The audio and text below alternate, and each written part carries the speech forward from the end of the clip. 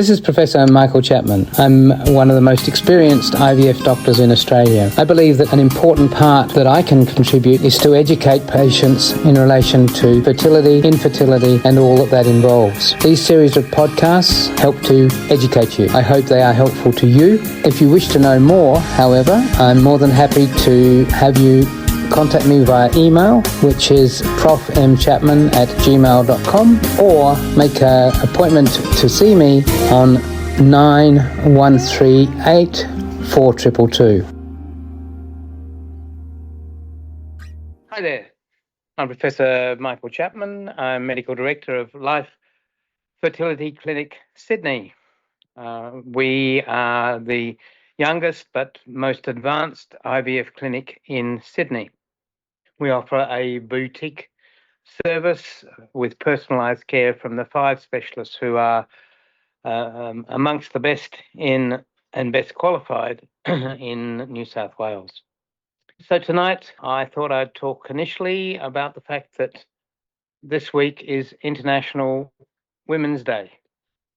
Now, International Women's Day has been going now for something like 90 years.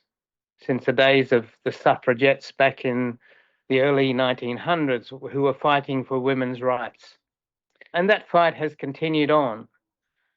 Now, I've spent my whole career helping women get what they want in respect to their reproductive lives, of helping them have babies, helping them develop families.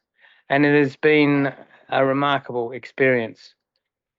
But it's all about women, and that's what this week's about. Our team at Life Fertility Sydney, in fact, is 95% women, with nurses, scientists, admin staff, and in fact, 4 of the 5 doctors, specialists, top specialists, are actually also women. I am in the minority. But what we're doing is providing care to women at the highest levels. And already we've had many successes. This week is important.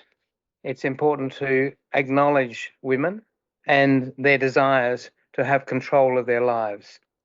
And the fertility and the area of fertility preservation are things that do give women control of their lives. So that's International Women's Day. I'll move on now to talk about IVF in a little bit more detail. I've been asked the question about what the various regimes are in having an IVF cycle.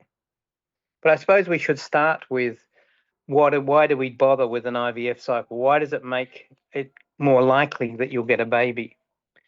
It may be that it's overcoming a problem that's been diagnosed, a problem like poor semen quality, where using the technique of ICSI, we can create pregnancies at the same sort of rate as anybody else. So we go back to the types of cycle in IVF and why. So the reason that IVF works is that we are producing more than the one egg that is normally produced in a menstrual cycle.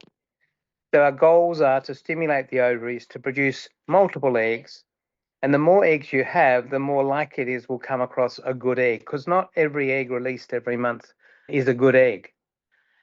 But if we multiply those numbers of those eggs, there will be amongst them good eggs and not so good eggs. But if we can get the good eggs and get them sooner, we'll get you pregnant sooner. And that's how IVF works. As I said, it may be being done because of male factors, sperm not so good. It may be because you have damaged pelvis, i.e. blocked tubes or endometriosis. And there's also a big group where we can't explain what the problem is. And IVF can help once you've been trying for a period of time. So that basic principle of producing more eggs is where we all start. And don't forget that you can access all the previous episodes by going to our website www.theivfjourney.com and select IVF Journey podcast from the navigation menu.